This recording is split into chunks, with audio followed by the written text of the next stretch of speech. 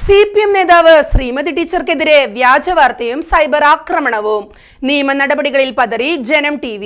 മാപ്പപേക്ഷയുമായി managing editor Anil Nambiar. Sudinam പത്രത്തിലേക്ക് പ്രതിഷേധ march. വിട്ടുവീഴ്ചയില്ലാതെ ശ്രീമതി ടീച്ചർ.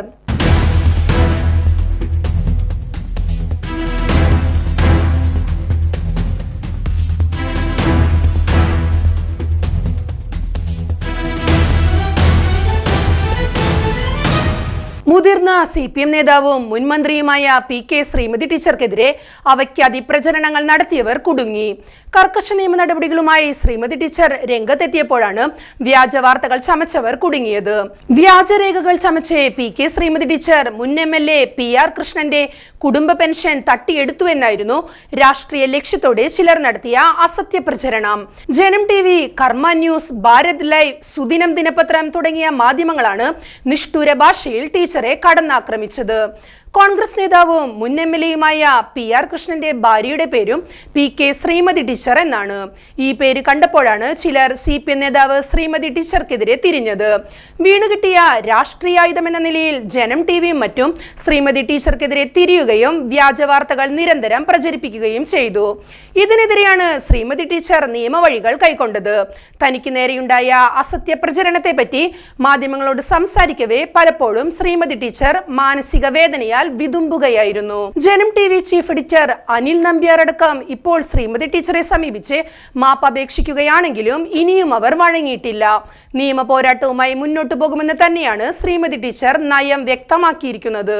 സ്വാതന്ത്ര്യ സമര സേനാനിയും കോൺഗ്രസ് നേതാവുമായിരുന്ന അന്തരിച്ച PR കൃഷ്ണന്റെ ഭാര്യയാണ് പൂച്ചട്ടി AKMHS സ്കൂളിലെ റിട്ടയേർഡ് അധ്യാപികയായ PK ശ്രീമതി ടീച്ചർ.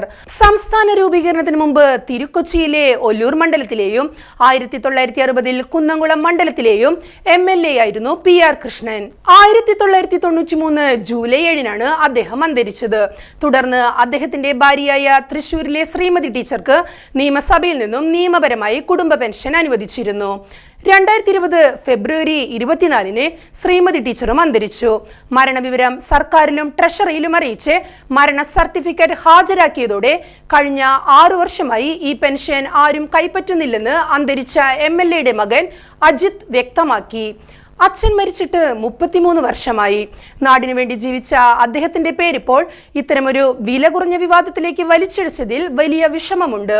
അമ്മ 2020 മരിച്ചതോടെ പെൻഷൻ കൈപ്പറ്റുന്നത് നിർത്തിയതാണ്. പേരിന്റെ സാമ്യം വെച്ചാകാം, അല്ലെങ്കിൽ മനഃപൂർവ്വം തെറ്റിദ്ധരിപ്പിക്കാൻ വേണ്ടിയാകാം CPM നേതാവ് PK ശ്രീമതിയെ ഇതിലേക്ക് വലിച്ചിഴച്ചത്, MLAയുടെ മകൻ അജിത് പറഞ്ഞു.